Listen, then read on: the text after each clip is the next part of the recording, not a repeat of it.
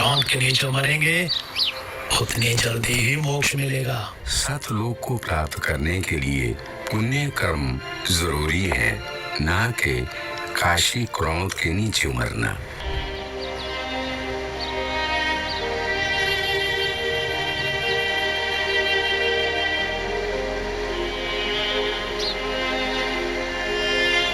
देखो ब्राह्मण, मैं जा रहा हूँ सतलोक, इस पृथ्वी से और तुम्हारे स्वर्ग से शंखों कोस दूर।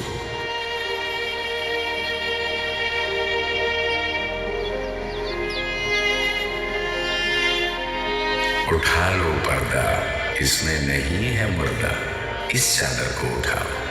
जैसे ही वीर देव और बिजली खान दौड़कर वो चादर उठाते हैं तो कबीर देव जी की जगह उनके ही वजन के बराबर शरीर के आकार के सुगंधित फूल, गुलाब, गेंदा, गुड़हल आदि रखे हुए हैं। ये देखकर सभी लोग चौंक जाते हैं। सभी लोग हाथ जोड़ लेते हैं। अब वीर देव की आंखों से आंसू निकलते हैं। बिजली खान की आंखें भी नम होती हैं। दोनों एक दूसरे को देखते हैं और आपस में एक दूसरे को गले लगाकर रोने लगते हैं। दोनों सेनाओं के सिपाही भी एक दूसरे को देखते हैं।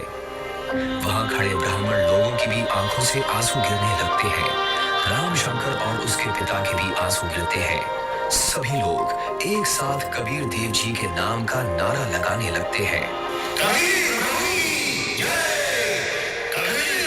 अभी आपने 2D एनिमेशन के माध्यम से कबीर साहिब की मगहर लीला को देखा, जो कि संत रामपाल जी महाराज के सत्संगों का अंश मात्र है। अब देखिए संत रामपाल जी महाराज जी का आध्यात्मिक सत्संग।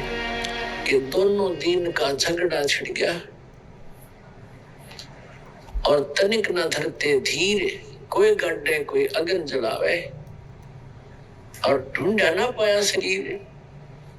परमात्मा सह शरीर आए थे तो आपको बहुत बार दास ने प्रकरण सुनाए हैं, बताए हैं। अब वो गए कैसे थे यहाँ से? सह शरीर आते हैं, सह शरीर जाते हैं। जब परमात्मा बनारस में आए हुए थे, अपने दूसरे प्रकार की लीला करने के लिए एक बालक रूप में प्रकट हुए थे। नीरुनिमा नाम के निसंतान दंपत्ति उनको उठा ले गए थे। जुल्हा थे, वो मुसलमान जुल्हा थे।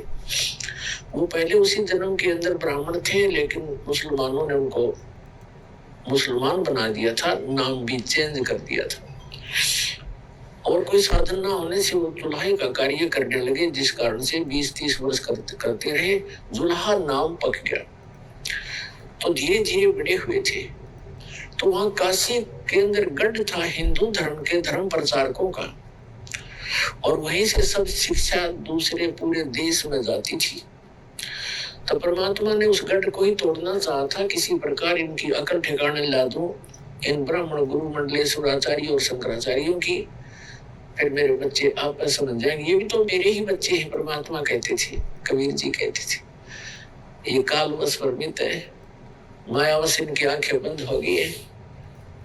लेकिन वो तो नहीं माने। फिर भी उनकी जो दंत कथाएं थी उनको परमात्मा ने खंडित किया।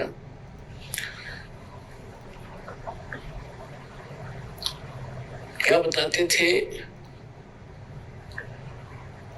जैसे हिंदू धर्म के धर्म गुरु ये कहा करते थे कि जो बनारस में मरता है, जिसकी मृत्यु काशी में होती है, वो सीधा स्वर्ग जाता है।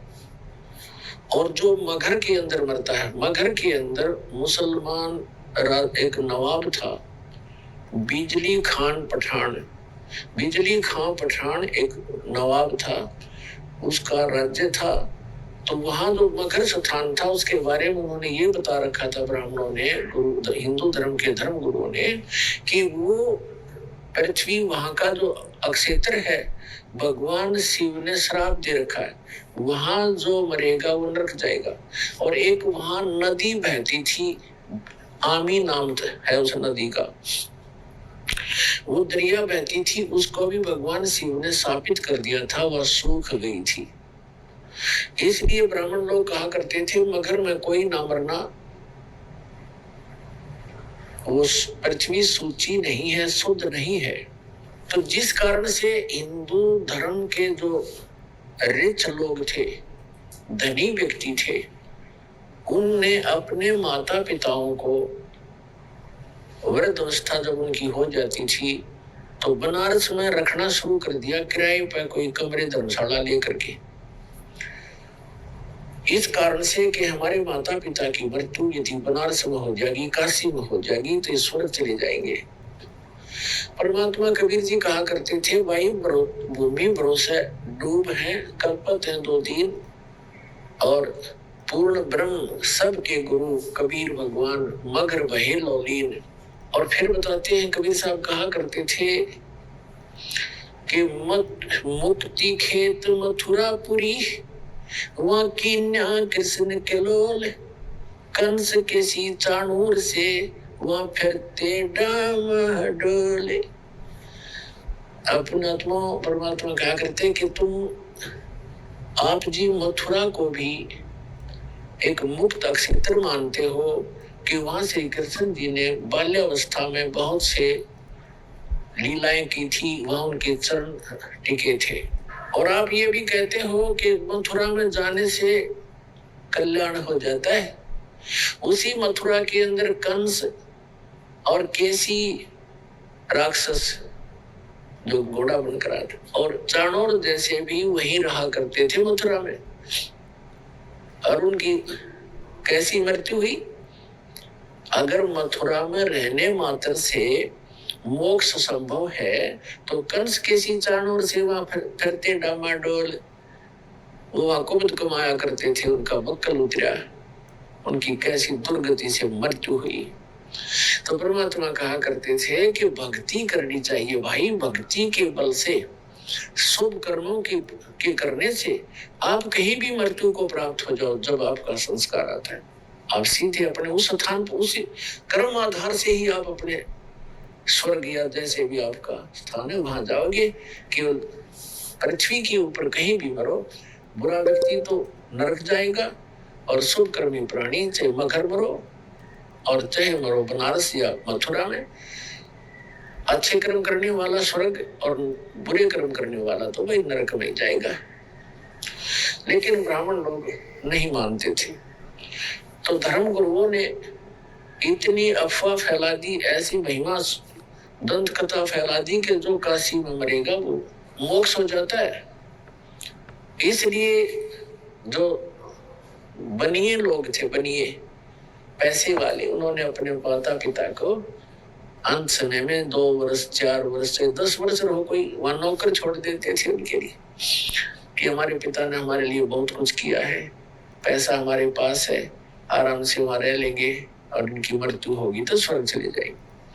अब जब उन्होंने ऐसे रखना शुरू किया तो उन धर्म गुरुओं ने सोचा क्यों ना इनको हम अपने घर रख लेंगे, बूढ़ों को, बुढ़ियाओं को, और रखेंगे तो कुछ हमें देंगे भी। तो इस लालच में उन्होंने वो आफत मोल ले ली और अपने यजमानों से कहा, अक्षेत्र बैठे हुए हैं इनके, उनसे कहा कि भाई आपके माता पिता को आप हमारे घर पे छोड़ दो, यहाँ कथा भी सुना करेंगे और यहाँ भोजन भी कर लिया करेंगे। उन्होंने कहा जी बहुत अच्छी बात, फिर तो हम अपने माता पिता के आपको आपके घर छोड़ देंगे। तो उनके वहां खूब दक्षिणा भी देने लगे, उनके खर्चा भी देने लगे और अलग से भी पैसे दान उन ब्राह्मणों को, गुरुओं को देने लगे।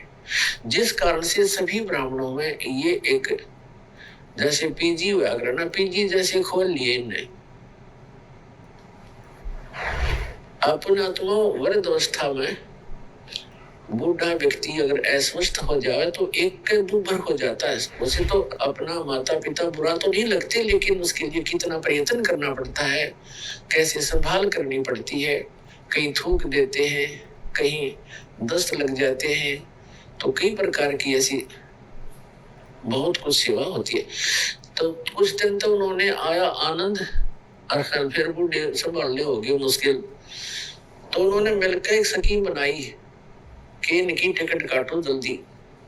उन्होंने क्या स्कीम बनाया कि एक क्रोंत लगा दो, एक क्रोंत बना लिया। क्रोंत मतलब एक ऐसी बनाई आरत सी गंगा के किनारे, एक ऐसी गुफा सी बना दी गंगा के किनारे, घाट सा उसपे, और एक मड़ी सी बनाकर ऐसे और उसके अंदर जैसे ऐसे बनी हुई थी, उसके अंदर क्रोंच फिट कर दिया ऊपर, ऐसे उसका स्ट्रक्चर बना दिया। और उस क्रोंच के हैंडल थोड़ी सी दूरी पर 50-50 फुट दूरी पर रस्से से अंदर अंदर बांध कर ऐसा अंडरग्राउंड बना लिया। और वो दूर जाकर बैठ जाए 2 जने उसको हैंडल करने वाले, ऐसे जंगल सा बहुत बड़े से उसमें झाड़ से थे वहां पर। तो वो क्या कहते हैं कि जो उन्होंने एक अफवाह फैला दी कि जो गंगा के किनारे अपनी क्रोध से गर्दन कटवाएगा वो सीधा स्वर्ग, शीघ्र स्वर्ग जाएगा। जो शीघ्र जाना चाहता है स्वर्ग, उसके लिए परमात्मा ने एक क्रोध भेजना शुरू कर दिया। क्रोध माने लकड़ी काटने का आरा, वो इतने लंबे लंबे दांतों वाला, ऐसे दोनों हाथों से इधर से पकड़ कर चलाते हैं, ऐसा क्रोध बोलते हैं उसको।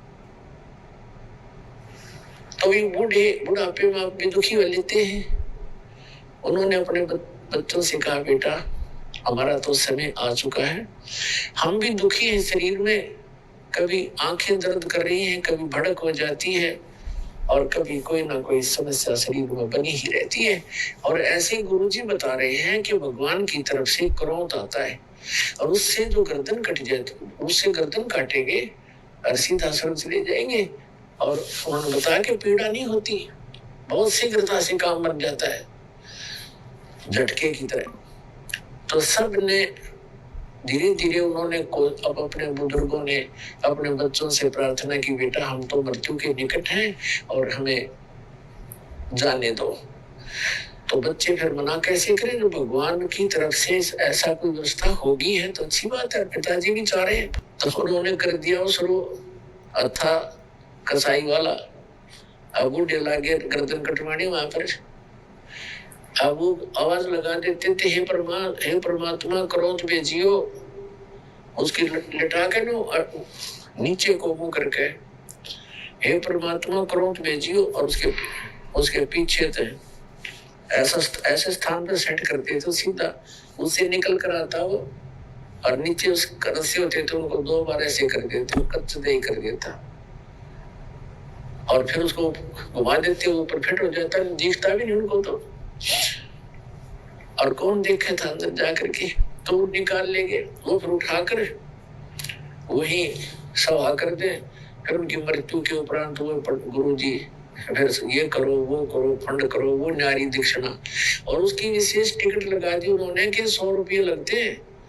जब क्रोध आता है, हमने पूजा करनी पड़ती है, तब क्रोध आता है ऊपर से। अब उस समय के 100 रुपये आज के 10 लाख के बराबर है। तो वो भी स्वीकार किया। परमात्मा कहा करते, भाई